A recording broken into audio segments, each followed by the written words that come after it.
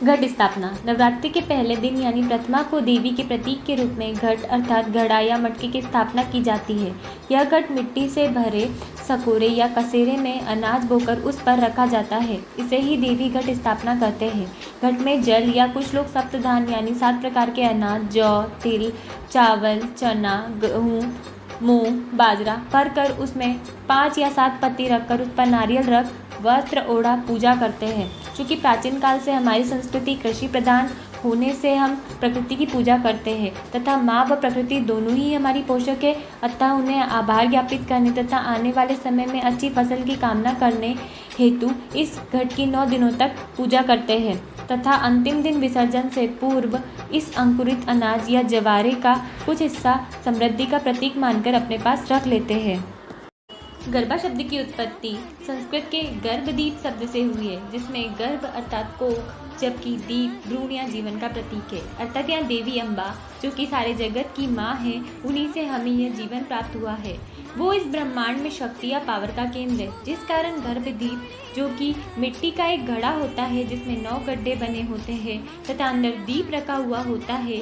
ये 9 गड्ढे मानव शरीर के 9 होल्स जिन्हें 9 द्वार कहा जाता है उसे डिनोट करते हैं, क्योंकि इन्हीं के द्वारा ऊर्जा हमारे शरीर के अंदर जाती है व रहती है। इसके साथ ही गर्भदीप में घड़ा मानव शरीर जबकि दीप आत्मा को भी रिप्रेजेंट करते हैं, जिससे तात्पर्य है कि हमारी शक्ति का स्रोत हमारी आत्मा है जो कि इस ब्रह्मांड का केंद्र भी है। गरबा नृत्य का प्रदर्शन। गर्भदीप जो कि मिट्टी का छोटे छोटे गड्ढों से युक्त घड़ा होता है तथा बीच में दीप प्रज्वलित किया जाता है जो कि मानव उत्पत्ति का प्रतीक तथा शक्ति का केंद्र माना जाता है। इसी के चारों ओर गोला बनाकर गरबा या डांडिया रास किया जाता है। यह नृत्य प्रत्येक क्षण बदलते संसार को जबकि केंद्र शक्ति का सूचक है। इसी केंद्र के आसपास संसार रूपी रचना घूमती है। यहाँ सर्कल समय अर्थात जीवन के चक्र जन्म मृत्यु व पुनर्जन्म को भी प्रदर्शित करता है। यही कारण है कि गरबा या डांडिया रास गोल घेरे में किया जाता है, जिसमें एक ही केंद्र से अनेक गोले बनाकर नृत्य करते हैं। गरबा एवं डांडिया दोनों ही गर्भदीप के चारों ओर घूमकर गोले में किया जाता है।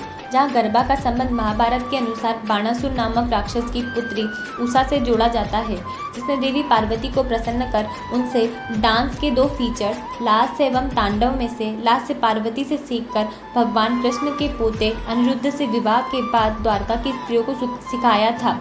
जबकि डांडिया रास का संबंध देवी दुर्गा व महिषासुर के मध्य संग्राम के प्रतीक के रूप में छोटी छोटी डंडियों से किया जाता है।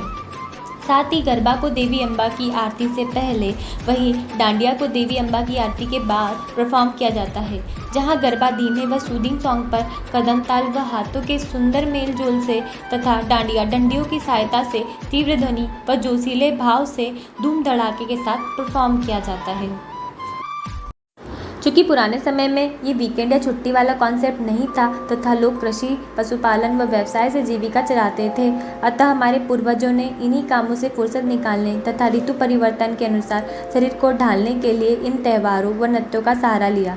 जैसे अक्टूबर नवंबर से शीत ऋतु का आरंभ होने तथा पतझड़ का अंत होने से प्रकृति में कई परिवर्तन से हमें अपनी दिनचर्या में भी परिवर्तन की आवश्यकता होती है, जिसका रिमाइंडर है नवरात्रि। तथा हमें बूस्टअप करने के लिए उपवास व डांस का आयोजन इन्हीं दिनों में किया जाता है, ताकि हमारी नेगेटिविटी कम हो तथा पॉजिटिविटी में बढ़ोतरी हो, जिससे हम जीवन का सही आनंद ले सकें। जिस प्रकार इस समय पेड़ अपने पत्ते गिराकर खुद को शीत ऋतु के लिए तैयार करते हैं तथा उनमें नए पत्ते आते हैं, ठीक उसी प्रकार मनुष्य को भी ऐसी एक्टिविटी या एक्सरसाइज की ज़रूरत होती है जिससे उसकी नेगेटिव एनर्जी कम हो तथा पॉजिटिव एनर्जी में वृद्धि हो।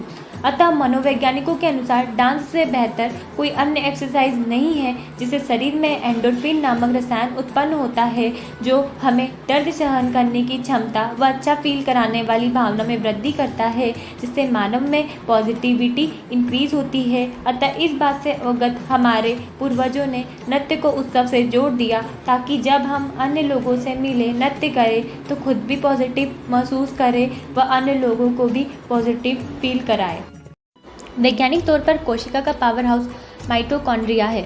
जिससे जीवों को ऊर्जा प्राप्त होती है। और कमाल की बात यह है कि यह माइटोकॉन्ड्रियल डीएनए एक शिशु को सिर्फ उसकी माता से ही प्राप्त होता है, यानी कि जो चीज़ हमें शक्ति देती है वो हमें माँ से ही मिलती है। वहीं देवी शक्ति को ब्रह्मांडीय ऊर्जा का केंद्र कहा जाता है, जो कहीं और नहीं बल्कि हमारे अंदर ही है। अतः व्रत रखने से हम अपने माइटोकॉन्ड्रियल डीएनए को आराम दे उसकी डिटॉक्स की नीड को पूरा करते हैं, जिससे रोग प्रतिरोधक क्षमता में वृद्धि से कई बीमारियों के चांसेस न के बराबर हो जाते हैं। वहीं व्रत के कारण ही हम इंद्रिय सुख को त्याग कर आत्मनियंत्रण की सहायता से अपनी इच्छा शक्ति को मजबूत करते हैं। इसलिए कई लोग चप्पल, नमक, मीठा या एक समय का भोजन छोड़कर नवरात्रि में माता की आराधना करते हैं। चूँकि साल भर में पड़ने वाली चारों नवरात्रि 2 ऋतुओं के बीच के समय में पड़ती है, जिस कारण ऋतु परिवर्तन का प्रभाव हमारे शरीर के तापमान पर भी पड़ता है, जिससे इसी समय हमारी इम्यूनिटी लो होती है। अतः आयुर्वेद के अनुसार इस समय हमें कट्टू, फल, राजगिरा, समक, सिंघाड़ा आदि जैसी सात्विक भोज्य पदार्थों के सेवन से विटामिन, फाइबर, प्रोटीन के साथ ही हल्के व पचाने में आसानी होने से डाइजेशन सिस्टम को आराम मिलता है तथा ये शरीर के अंदर उपस्थित विषाक्त पदार्थों को बाहर निकाल शरीर की सफाई का कार्य भी करते हैं।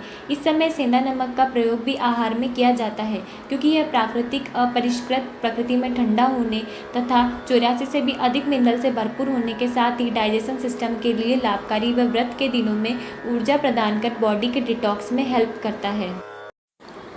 बंगाल में दुर्गा पूजा के दौरान सप्तमी को नवपत्रिका पूजा की जाती है, जिसके पीछे एक कथा प्रचलित है कि जब एक बार गणेश अपने घर पहुंचे तो देखा कि देवी दुर्गा जल्दी खाना खा रही है। गणेश जी ने इसका कारण पूछा तो देवी ने क्रोध से उत्तर दिया कि तुम्हारी पत्नी मुझे भरपेट भोजन नहीं देती। तब गणेश जी ने केले की पत्ती तोड़ी और कहा कि माँ आपसे ही आपकी बहू है, इसलिए इसे कोला बाऊ कहते हैं। कोला अर्थात केला तथा बाऊ यानी बहू।